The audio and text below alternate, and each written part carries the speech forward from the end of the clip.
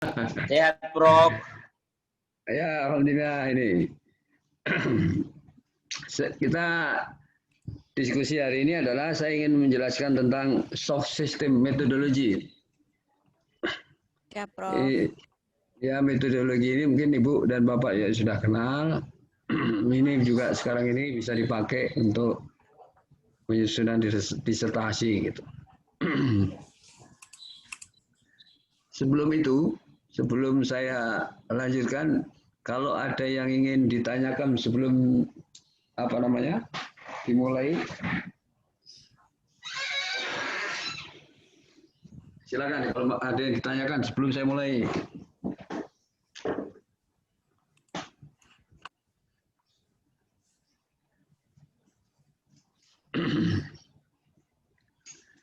Kalau nggak ada kita diskusi aja ya. Jadi soft system methodology adalah merupakan sebuah pendekatan untuk memecahkan situasi masalah yang kompleks, tidak struktur, berdasarkan analisis holistik dan berpikir sistem. Ini sudah kalau nggak salah di Ibu sudah di copy nih ya. Sudah ada ini. Di kemarin yang di metodologi penelitian doktor itu, yang Word itu ya, ada dua bahannya itu. Yang satu PowerPoint, yang kedua ini. Jadi sudah ada gitu ya.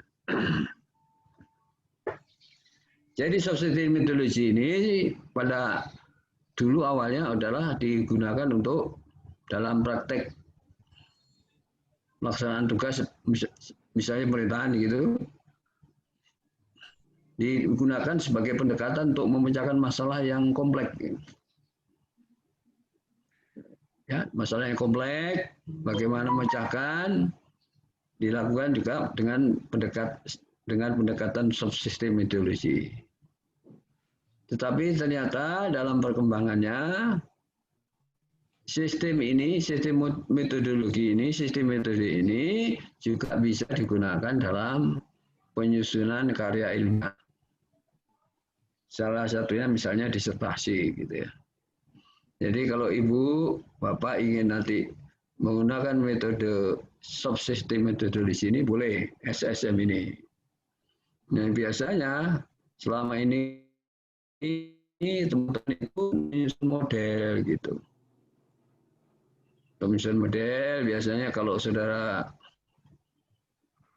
menyusun disertasi dengan pendekatan kualitatif misalnya, itu kan biasanya untuk program dokter dituntut novelty, penemuan-penemuan baru atau hal-hal baru yang bisa saudara kemukakan.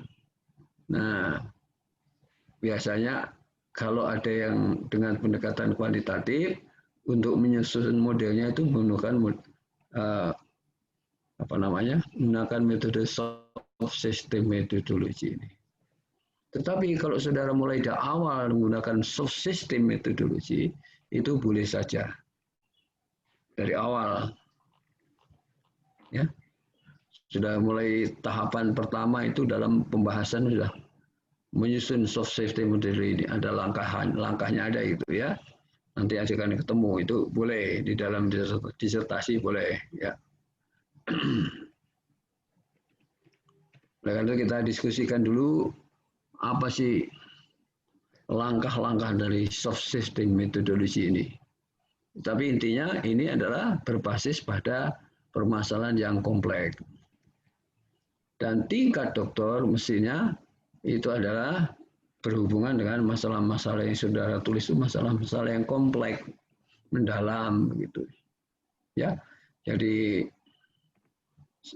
semakin kompleks satu masalah, semakin upaya pendalaman diperlukan gitu. Itu yang perlu saya dalam penulisan disertasi juga demikian. Jadi maksudnya jangan mencari mudahnya saja. Kalau mahasiswa kan saya dulu juga sama ya. Kalau kita inginnya mencari yang mudah aja. Yang penting cepat lulus gitu.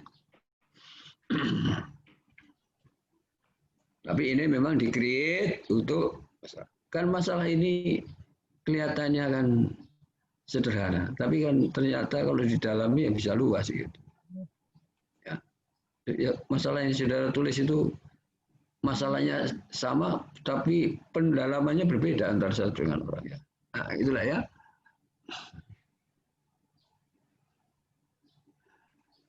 Kita lanjutkan dulu. Soft System Methodology ini atau kita singkat dengan SSM ini merupakan sebuah metodologi partisipatory yang dapat membantu para stakeholder yang berbeda untuk mengerti perspektif masing-masing stakeholder. Jadi ini adalah metode yang partisipatory. Jadi artinya untuk mendiskusikan suatu permasalahan itu mungkin seringkali kita membutuhkan banyak pendapat. Kita pakai FGD untuk satu masalah saja. Nah, itu tadi kan masalahnya kan kompleks. Kompleks itu berkaitan dengan banyak sektor dan masing-masing punya ahli. Nah, itu perlu FGD misalnya. Jadi soft system methodology memfasilitasi itu. Dan ini tidak menutup kemungkinan saudara nanti bisa saja untuk menentukan ketepatan dari suatu permasalahan untuk bisa saudara mengeksploitnya secara mendalam, itu perlu masukan dari beberapa stakeholders.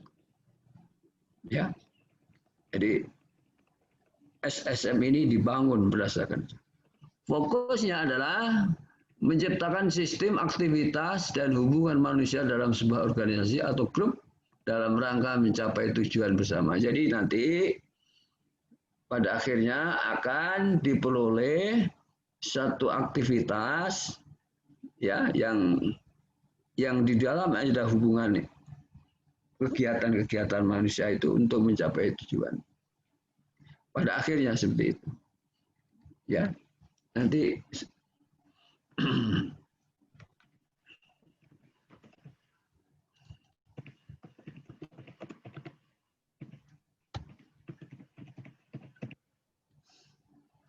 jadi seperti halnya di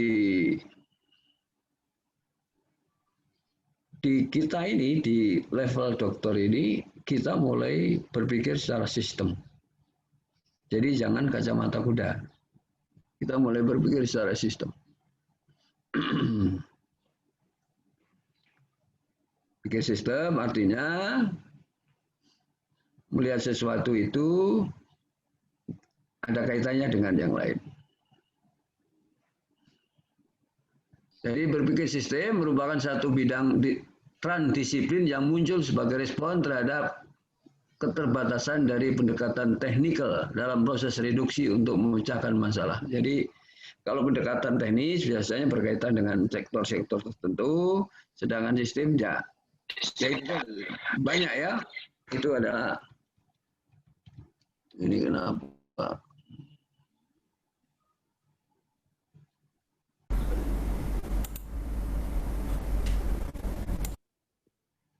Ya.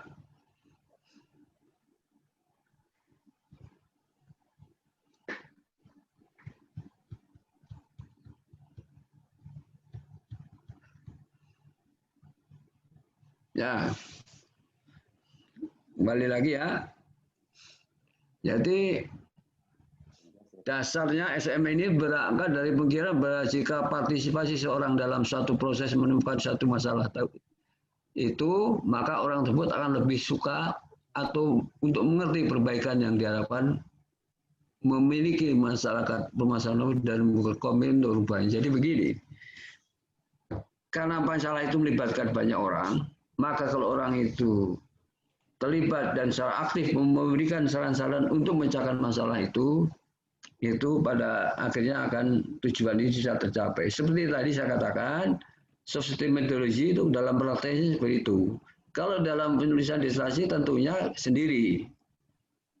Saudara sendiri, cuman dalam meng-create satu masalah itu kita bisa melibatkan banyak orang. Misalnya dalam focus group discussion. Kalau saudara menggunakan ini gitu. Sebenarnya bukan hanya menggunakan ini pun ya, penulisan disertasi bisa saja saudara berdiskusi dengan orang-orang ahli untuk memperkaya permasalahan. Jadi biasanya kalau kita terbatas diskusi, sama aja kalau saudara bukan menulis strategi menggunakan analisa SWOT, itu mestinya juga diskusi. Ya. Misalnya analisis SWOT sebagai diskusi juga sama. Jadi kita menentukan peluang, tantangan, kelemahan, kekuatan itu mestinya diskusi. Tidak sendiri. Gitu. Dalam prakteknya seperti itu. Jadi diskusinya dengan orang yang ahli di bidang itu. Gitu. Termasuk ini di SSM. Jadi nanti maksud saya, saudara itu dalam menulis disertasi nanti, kalau perlu diskusi. Ya, perlu FGD. Nah, masalah itu dalam rangka memperkaya permasalahan yang saudara tulis gitu ya. Nah, siapa tahu saudara menulis sesuatu yang baru gitu, yang melibatkan banyak orang, banyak ahli gitu, seperti itu. Metodologi SSM ini didasarkan pada 7 tahapan. 7 nanti langkahnya ada 7 proses yang dimulai dari pengklasifikasian situasi masalah yang tidak struktur. Masalah banyak diklasifikasikan ya. Dan nanti akan diketahui dengan tepat sebenarnya masalahnya itu akar permasalahannya di mana. Banyak masalah tapi nanti akan diketemukan secara tepat ya. Dengan melalui metode ini.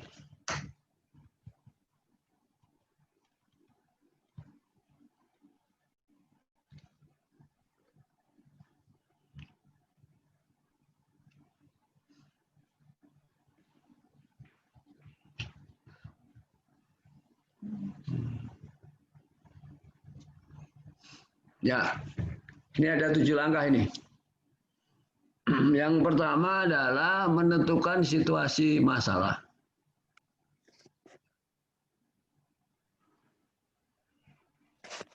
Menentukan situasi masalah ini, yang pertama adalah langkah pertama adalah memahami situasi yang bersifat problematik. Jadi situasi yang memang menimbulkan masalah gitu. Ada situasi yang tidak menimbulkan. Itu suatu masalah. Sama aja ya. Dari awal saudara menulis disertasi itu harus ada masalah gitu.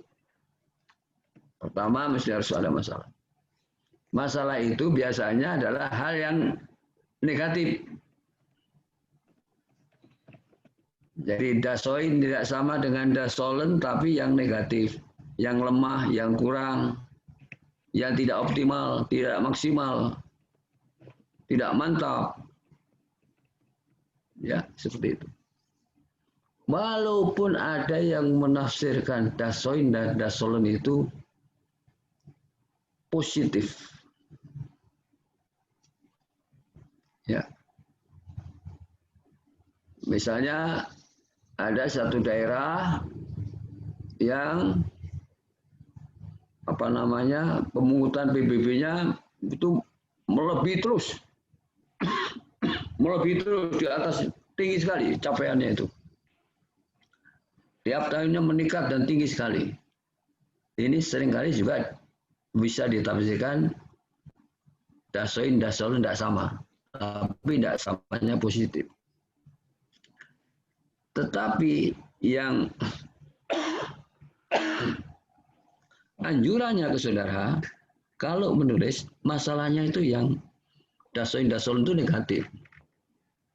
Tidak tercapai target, tingkat kualitas layanan rendah, kinerja rendah. Yang seperti itu. Diawali dari sana. Itu disebut dengan situasi problematik. Jadi kalau tidak, dan itu mesti didukung data. Kehebatan penelitian kualitatif itu adalah didukung data dan pendapat dari sarjana lain bisa mendukung, bisa bertentangan, tetapi seperti itu. Itulah dari udara. Itu adalah pemaknaan terhadap satu situasi problematik. Jadi langkah pertama itu ya, pahami benar situasi problematik. Seringkali karena kita tiap hari bertemu dengan masalah itu bukan kita anggap masalah. Padahal menurut orang lain satu masalah. Itu adalah situasi problematik. Yang kedua adalah menggambarkan satu masalah. Langkah kedua. Jadi kalau sudah diketemukan, digambarkan, dideskripsikan, ya kira-kira saudara definisikan ya, atau saudara maknai lah permasalahan itu. Ini kalau penelitian kan makna. Kalau kuantitatif kan saudara adalah ingin membuktikan satu hipotesa. Kalau kualitatif kan mau maknai gitu. Ya. Apa sesuai dengan kenyataan yang ada itu, yang menurut saudara itu merupakan satu problematik, merupakan masalah, menimbulkan masalah, itu dimaknai. Menurut itu menggambarkan situasi masalah seperti itu. Ini pun kalau memang saudara ragu-ragu didiskusikan. Apakah ini benar-benar satu masalah, gitu ya? Biasanya seperti itu. Ini mulai dari awal ya. Jadi artinya pada level dokter itu kita berangkat dari permasalahan. No problem, no reason. Ya. Masalahnya bukan kesepakat. Tadi sebagian besar menganggap situasi yang tadi gambarannya itu negatif ya. Dasoin, dasolen, tidak sama tapi negatif. Bukan positif. Tapi kalau saudara positif nggak apa-apa, tapi berikan argumentasi.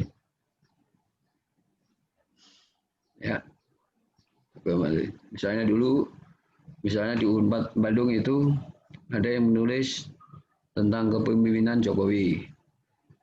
Ada kepemimpinan Jokowi kan waktu itu bayangannya kan positif semua gitu. Tapi dia bisa mempertahankan, akhirnya disetujui oleh Dewan Guru Besar untuk dilanjutkan itu. Tapi kalau saudara, saya anjurkan untuk yang negatif. Masalah itu. Ya.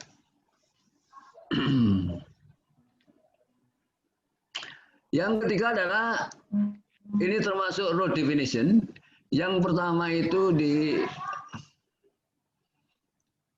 pertama tadi langkah 1 kedua itu termasuk dalam tema menentukan situasi masalah. Ya. Jadi itu masih di dunia nyata. Kita melihat kenyataan yang ada masalah itu di lapangan itu. Ya. Sudah melihat, sudah datangi ada masalah. Nah, baru kita didiskusikan untuk menentukan itu, masalah itu. Untuk memberikan gambaran yang jelas tentang permasalahan itu. Ya.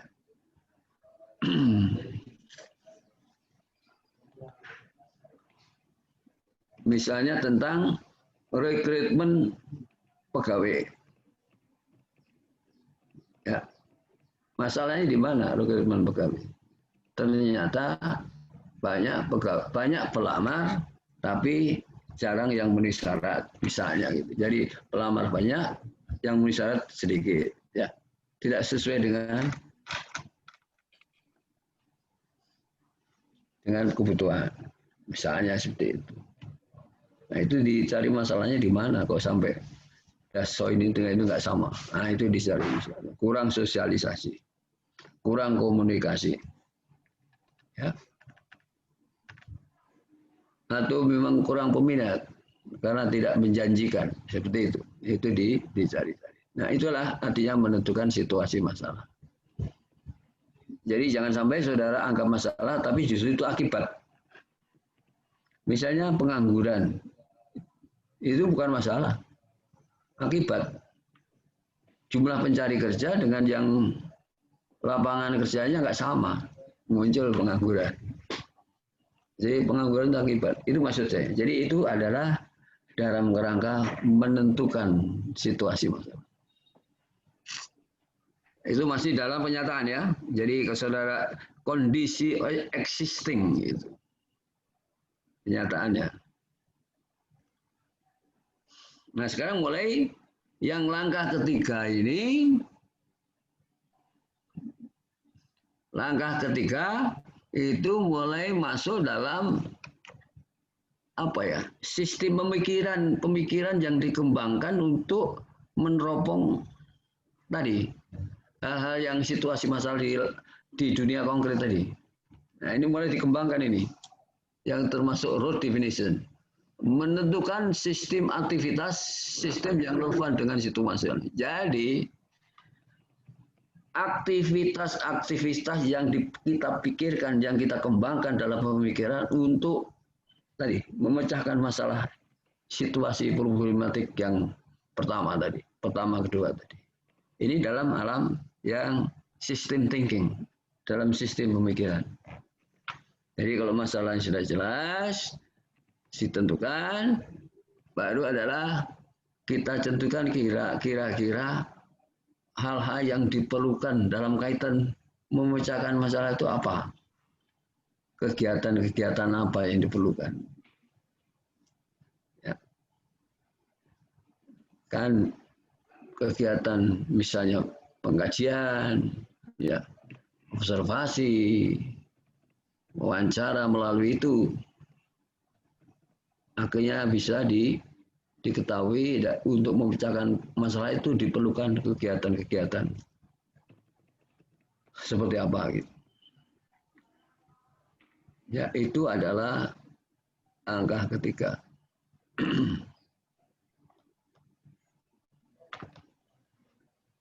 Kemudian angka 4 adalah membangun model konseptual berdasarkan root definition. Jadi berdasarkan langkah 1 yang kedua tadi dan ketiga, kita menyusun model. Ya. Kita bisa menyusun model. Model yang kita pakai untuk memecahkan masalah tadi. Memecahkan situasi problematik tadi, ya.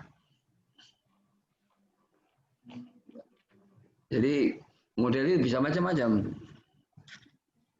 Kalau dalam bentuknya bisa model deskriptif, jadi artinya model yang isinya itu berupa tahapan-tahapan penjelasan gitu ya. Sedangkan model skematik adalah model yang berkaitan yang diwujudkan dalam bentuk skema, gambar-gambar dan seterusnya. Jadi biasanya kalau saudara dituntut biasanya di samping penjelasan ada skemanya gitu ya. Untuk mengetahui pikiran saudara itu gimana gitu. Model adalah pemikiran. Abstraksi dari pemikiran ya.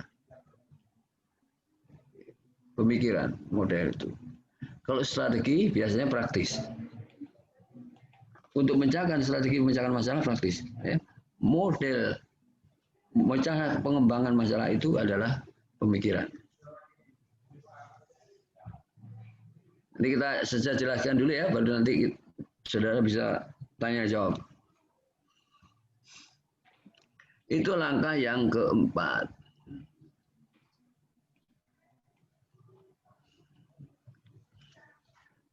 Ini kita lihat di sini aja. Nah, ini ya.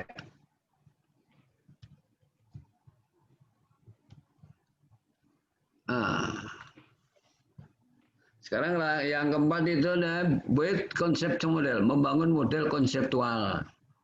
Yang tadi adalah membangun model. Berdasarkan definisi tadi, setiap elemen yang didefinisikan maka kemudian membangun model konseptual yang dibutuhkan untuk mencapai tujuan ideal. Jadi ada semacam model yang menggambarkan langkah-langkah atau yang harus diambil untuk memecahkan masalah tadi.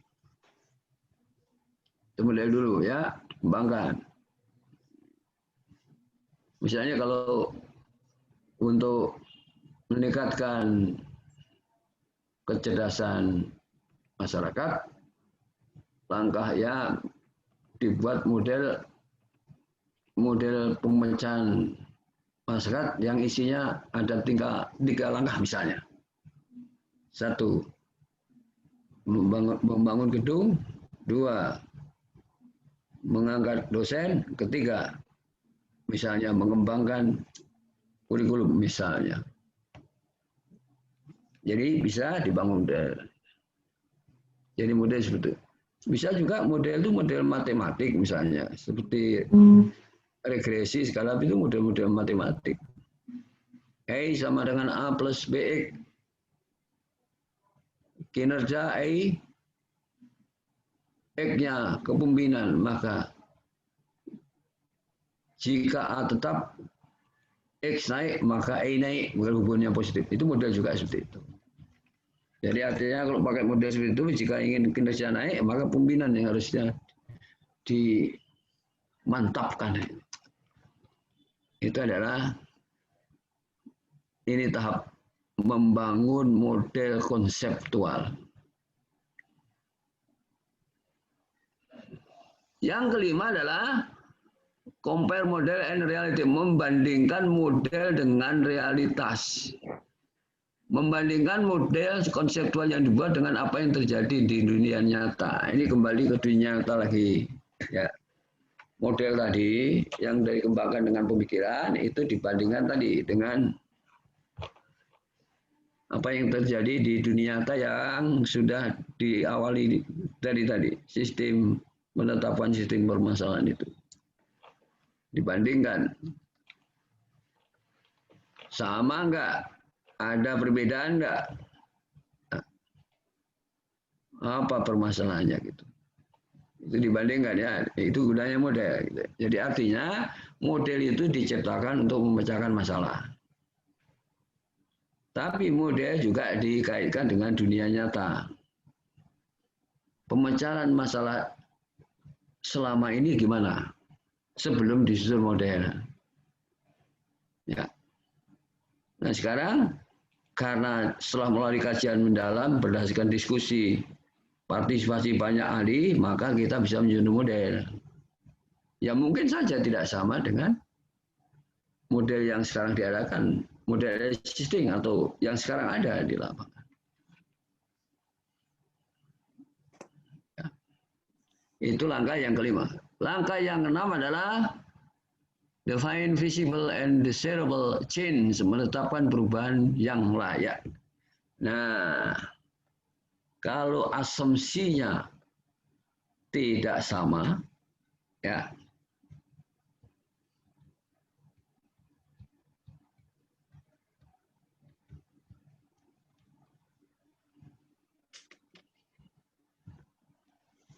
Jadi kalau asumsinya tidak sama, maka membuat debat dalam rangka mengidentifikasi perubahan-perubahan yang tersebut. Jadi karena nggak sama, maka diperlukan debat untuk bisa memahami ketidaksamaan di mana itu. Ya. Ini kan model itu kan berarti kan yang ideal. Nah, sedang kegiatan-kegiatan yang selama ini dilakukan itu tidak sama, maka tidak samanya di mana? Ya.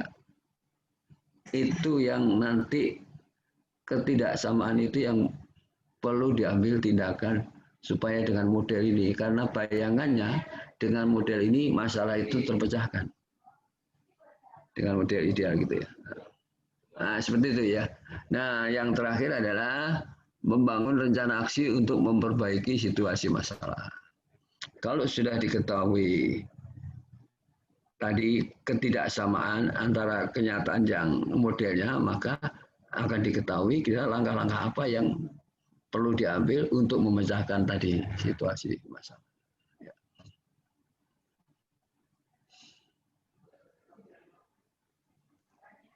Nah, itulah 7 langkah itu. Jadi dalam pendekatan SME 7 tahap proses yang ditujukan mewakili 7 tahap investigasi. Dan cara ini terbaik untuk belajar mempraktekkan langkah-langkah tersebut. Jadi itu tadi ke-7 langkah tadi ya, mulai dari dengan penetapan situasi masalah, kemudian membuat apa ya, road membuat itu untuk mencari permasalahan, akar permasalahan, kemudian nyusun model, membandingkan model dengan nyata, melakukan tindakan. Ya, isinya itu. Nah, ini kira-kira ini langkahnya yang hampir sama, isinya seperti itu ya.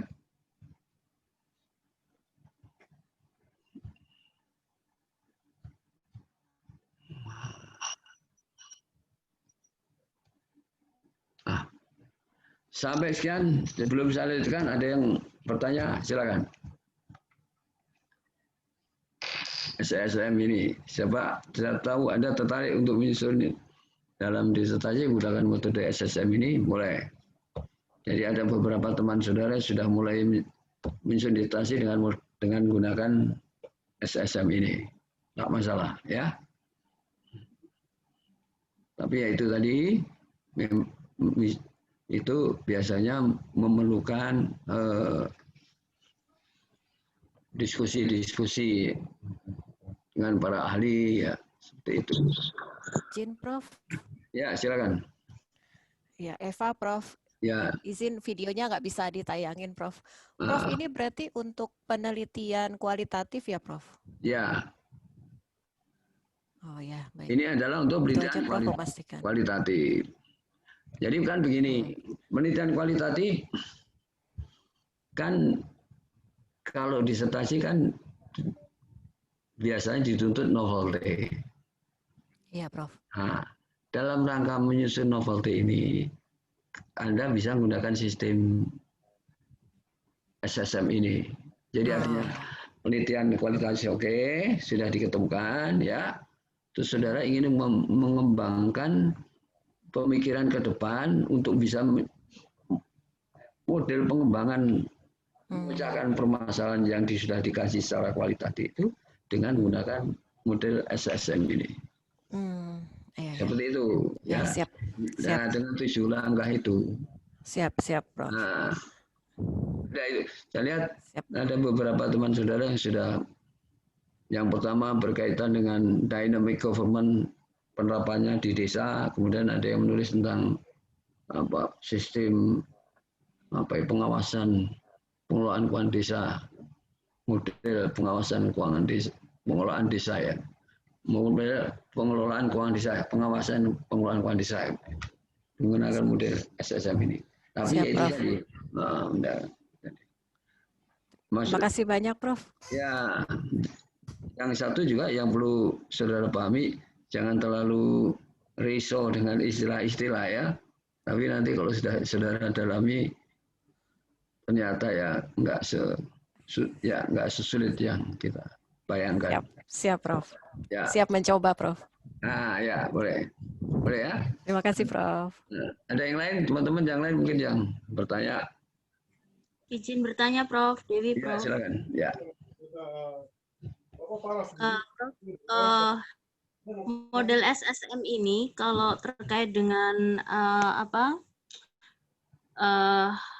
pembuatan model sendiri ini bisa model yang benar-benar baru, artinya bukan invitation ya, tetapi lebih ke discovery gitu. Jadi model yang lama yang diperbarui, ataukah ini hanya memperbaiki model yang ada sehingga model ini lebih adaptif, atau seperti apa, Prof, yang sesuai dengan SSM ini? Ya. Yang kedua, kita kalau, mohon maaf saya karena dari Fakultas Ekonomi dan Bisnis, Prof, kita mengenal yang namanya metode R&D, Research and Development. Nah, Research and Development hampir sama sebenarnya konsepnya seperti SSM ini, cuman memang diakhiri dengan diakhiri dengan adanya matrik, bisa SWOT, bisa F, atau bisa juga terjadi FGD gitu, Prof, sebelum menetapkan bahwa model itu memang model yang sudah firm gitu. Terima kasih, Prof. Ya, ini saya jawab yang nomor 2 itu ya. Ini mulai dari nomor 2. Jadi begini, kalau model SSM ini diakhiri dengan mengambil tindakan. Jadi diskusi tidak di akhir, dari awal tadi, pada saat menentukan masalah dan kemudian menyusun model sambil melihat dibandingkan dengan yang model yang sudah ada gitu. Model yang disusun ini model ideal ini, baru. Dibandingkan model yang sudah ada. Gitu ya. Nah, kemudian untuk membandingkan itu perlu diskusi lagi. Baru mengambil tindakan sesuai dengan model yang dibangun. Jadi pada langkah terakhir itu sudah ngambil tindakan. Jangan model tindakan begitu ya. Nah, memang ada juga kalau dalam praktek ini mengambil tindakan aja masih perlu diskusi. Tapi sebenarnya diskusi itu sudah pada saat membandingkan antara dunia nyata dengan model itu. Jadi sudah diketemukan langkah-langkahnya gitu ya. Ya. Antara yang berhasil dengan yang tidak berhasil ada prinsip, oh ini kalau ingin berhasil. Misalnya kira-kira begitu ya. Jadi langkahnya seperti itu. Gitu ya, tapi dalam prakteknya itu kalau di dalam dunia nyata praktek misalnya bukan untuk disertasi misalnya itu fleksibel. Yang jelas bahwa dengan model SM ini akan diperoleh satu tindakan yang dibayangkan bisa memecahkan masalah dengan berdasarkan model yang dibandingkan dengan model existing yang telah ada. Jadi itu model baru itu ya, baru dibuat. Jadi begini ya, berkaitan jika model ini memang ada dua dalam penulisan disertasi itu. Model itu bisa model yang sudah ada diperbarui, tapi kalau model ideal berarti baru.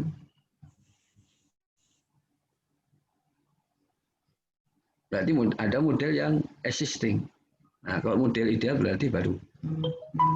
Model existing beda lagi gitu ya, karena model yang baru itu saudara bangun berdasarkan hasil kajian, teori, dan sudah ramu menjadi satu model.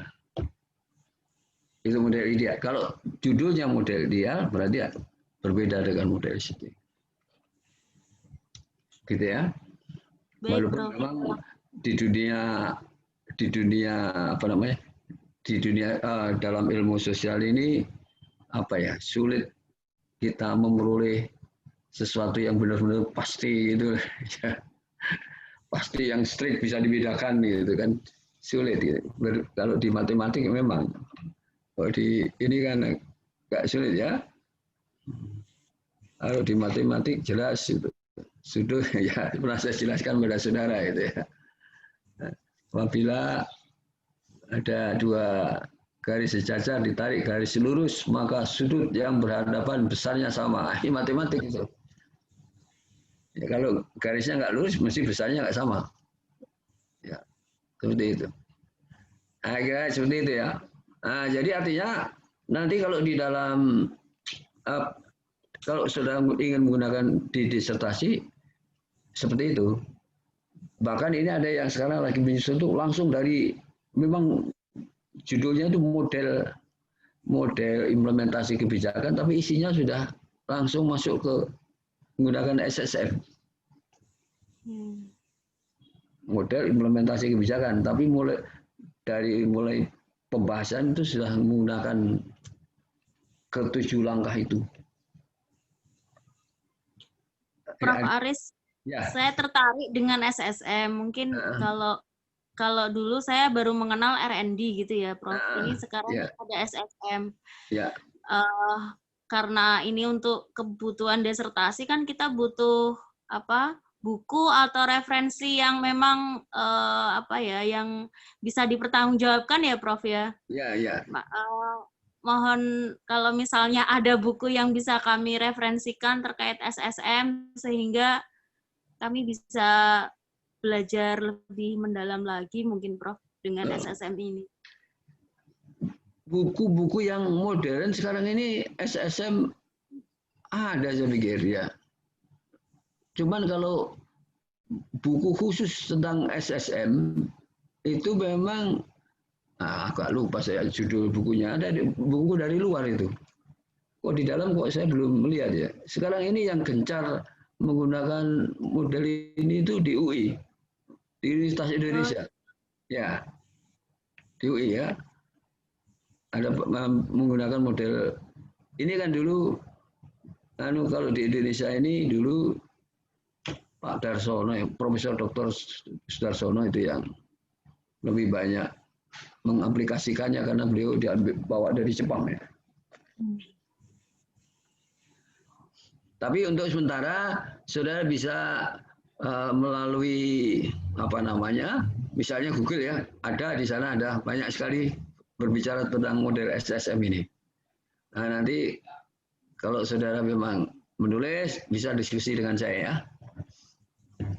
Baik, Prof. Terima kasih, Prof. Ya. Ya, Prof. Ya, silakan. Ya. Ini Prof, saya masih meraba-raba ya nih Prof. Ya. Misalkan yang menjadi situasi masalahnya itu terkait daya lenting keluarga menghadapi masalah. Misalkan datanya banyaknya perceraian gitu. Kemarin ini pandemi ini.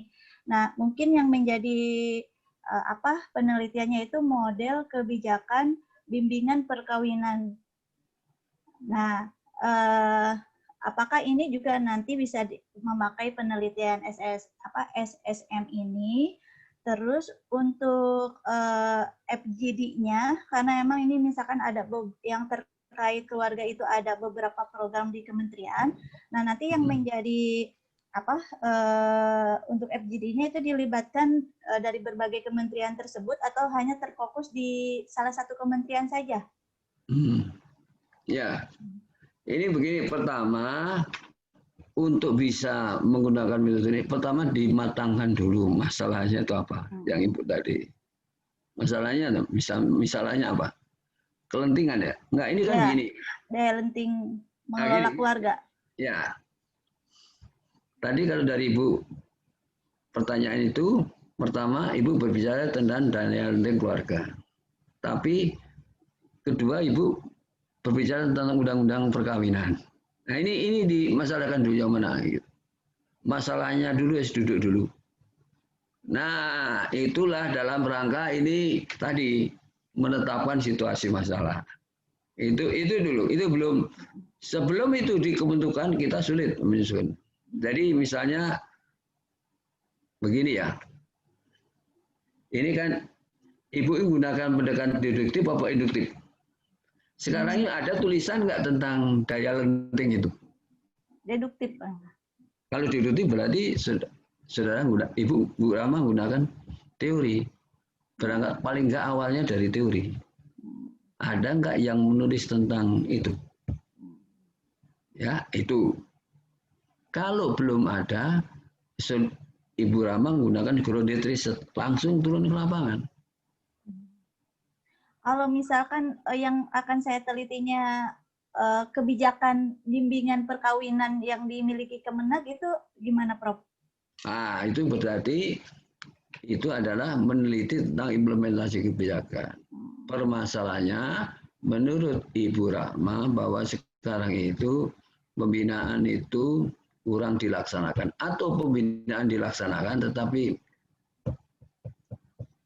semacam tujuannya belum tercapai karena ternyata banyak masyarakat yang tidak seperti yang diinginkan setelah dibina itu, misalnya seperti itu. Nah, ini kalau itu kan bisa saja itu implementasi kebijakan bisa saja atau substansi sendiri itu tadi ya.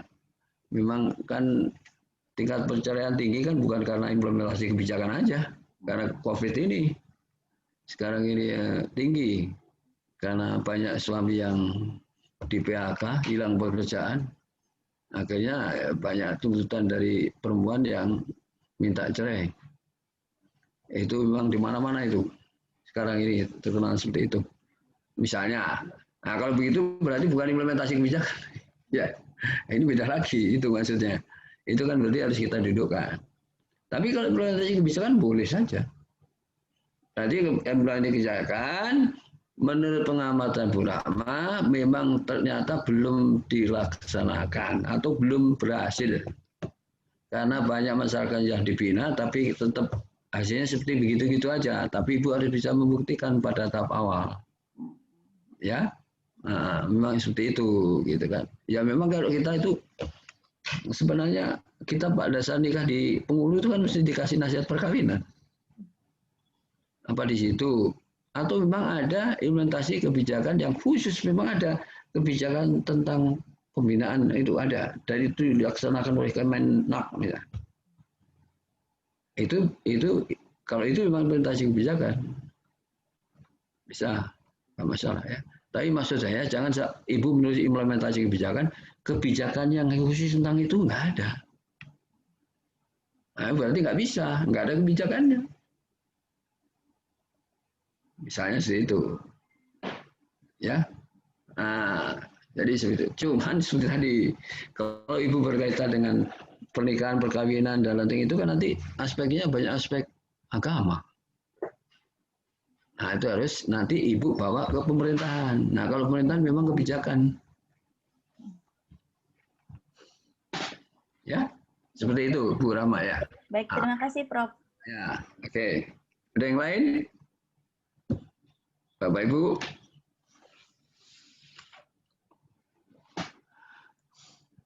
Nah, ini adalah jadi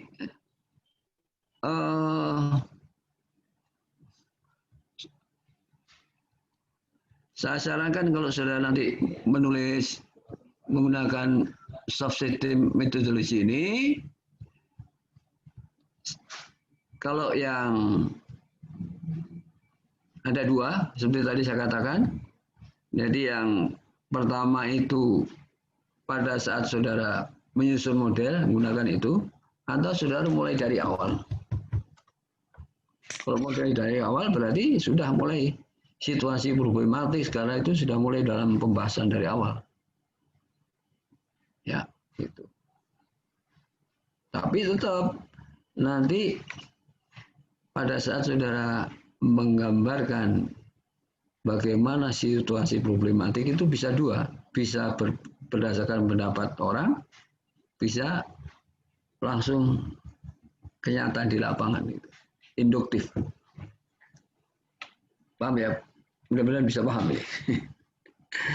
Jadi artinya untuk menggambarkan masalah itu kan bisa Anda langsung terjun di lapangan, masalahnya seperti ini, ya. Atau kadang-kadang saudara menggambarkan masalah ini berdasarkan pendapat orang.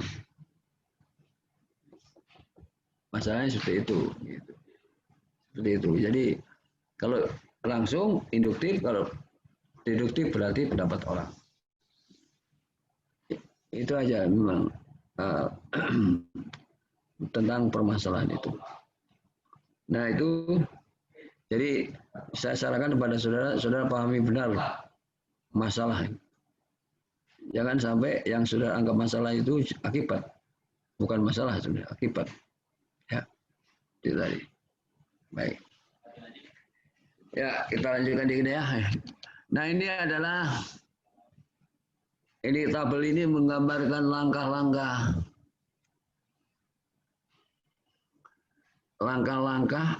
kira-kira langkah-langkah agak konkret gitulah supaya saudara lebih mudah. Langkah-langkah dari SSM, 7 tahap proses dalam mencari data penelitian. Ini nih langkah-langkahnya ya. Tahap SSM. 1, identifikasi permasalahan tidak struktur. Peneliti mengumpulkan berbagai informasi yang berkaitan dengan situasi problematik melalui data primer dan data sekunder. Hasil dari interpretasi informasi memberi gambaran bagi peneliti untuk memahami situasi problematik sesuai konteks penelitian. Nah itu, ya, itu. Ini Mbak siapa tadi yang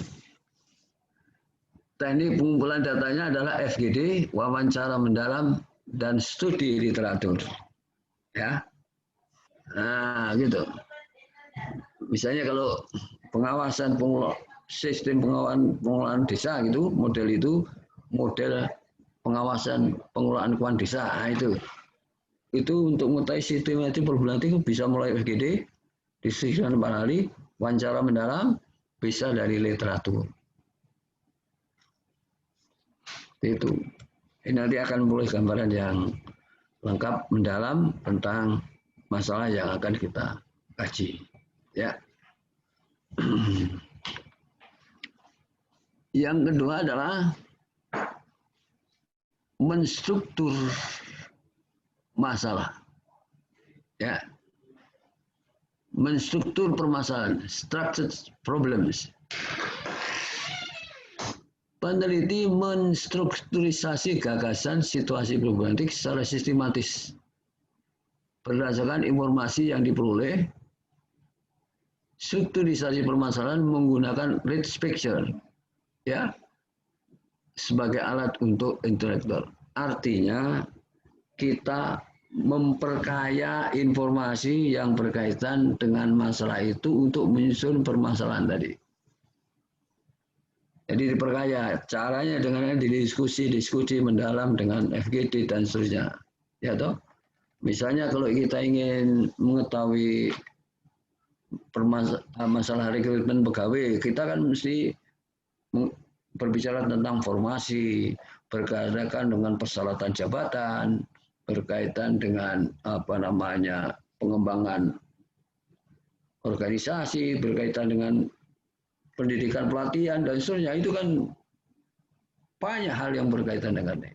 Nah, untuk memperkaya inilah itu diperlukan untuk memahami situasi. Yang ketiga adalah perumusan root definition.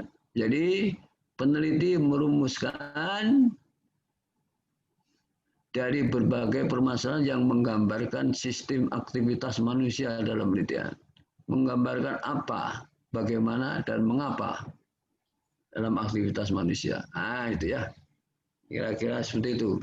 Kegiatan-kegiatan yang diperlukan itu apa? Berkaitan dengan masalah itu. Ya. Jadi permasalahan seperti kan banyak sekali. Kegiatan berkaitan dengan masalah itu banyak sekali gitu.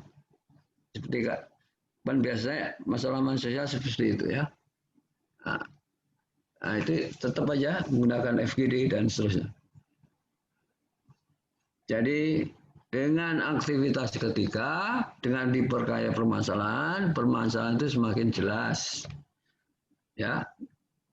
Pendalamannya kaitannya dengan masalah-masalah lain. Dan itu menjadi jelas untuk memecahkan masalah itu lebih jelas apa hal-hal yang diperlukan. Nah, dalam kerangka itulah maka menyusun model konseptual. Peneliti membangun model berdasarkan root definition, ya, analisis kriteria 3Fs ini. Jadi artinya membangun model bisa dengan menggunakan analisis catwalk, efisiensi,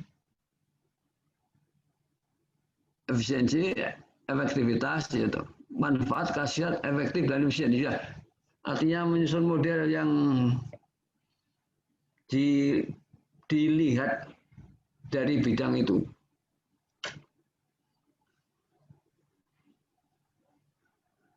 Dengan itu ya. Jadi studi literatur konseptual model konseptual.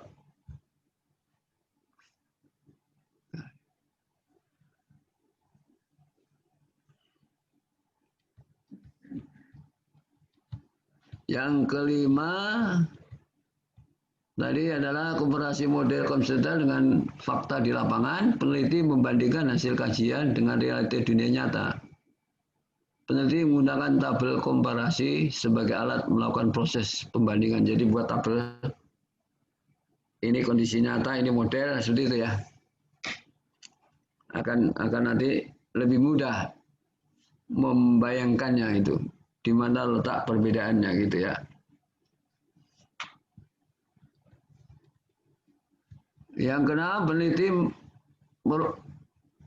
melakukan analisis dan interpretasi situasi problematik sesuai dengan hasil perbandingan. Hasil dari penentuan perubahan ini diharapkan dapat meningkatkan situasi publik. Ya, melakukan tindakan. Nah, itu ya. Itulah sudah gambaran secara jelas. Dan itu kalau nggak salah ada di saudara di dalam metodologi penelitian dokter kemarin yang saudara copy itu sudah ada kalau nggak salah. Saudara, ya, saudara copy itu ya. Mudah-mudahan sudah di copy. Mudah-mudahan sudah di copy ya. Kalau belum nanti dari apa namanya? Bisa minta tolong Mas Heri atau Mas Supri itu ya. Ya, Prof. Ya. Copy, Prof. Ya. Barangkali itu ya. Hari ini kita berdiskusi tentang subsistem metodologi. Masih ada yang tanya? Silakan.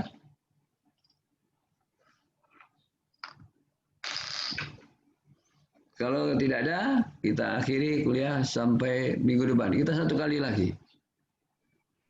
Nah, ini begini. Ini nanti ujian tengah semesternya itu, saudara sarannya apa?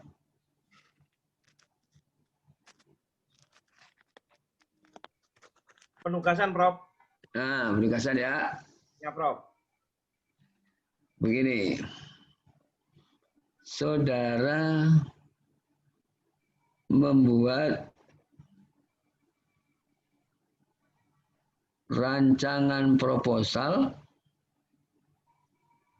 ya. Saudara buat rancangan proposal tiga tipe ya. Yang pertama proposal dengan menggunakan metode SSM yang baru kita diskusikan.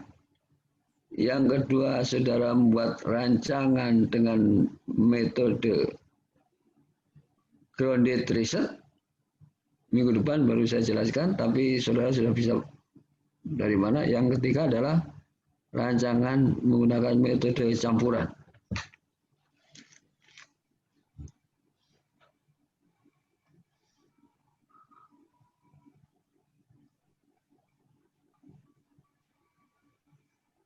Seminggu jadi ya. Ya, setelah cuti bersama, Prof ya. Minggu depan setelah cuti bersama, minggu depan libur, Prof. Oh iya ya. Ya, setelah cuti bersama siap, Prof. Siap, Prof. Ya bukannya berarti minggu depannya lagi. Ya, Prof. Ah, minggu depan libur ya? Libur, Prof. Cuti bersama, Prof. Berarti minggu depannya lagi deh. Ya, Prof. Siap. Dikumpulkan ya. Ya, Prof.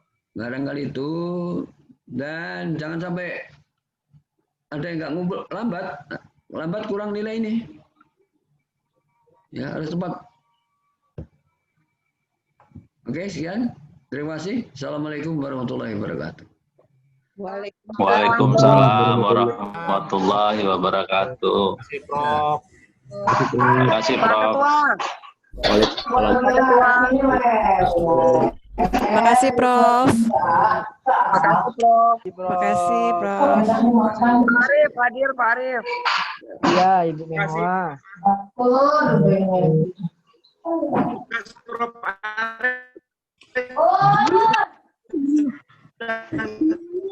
Saya share ya. Terima kasih. Pak Ketua.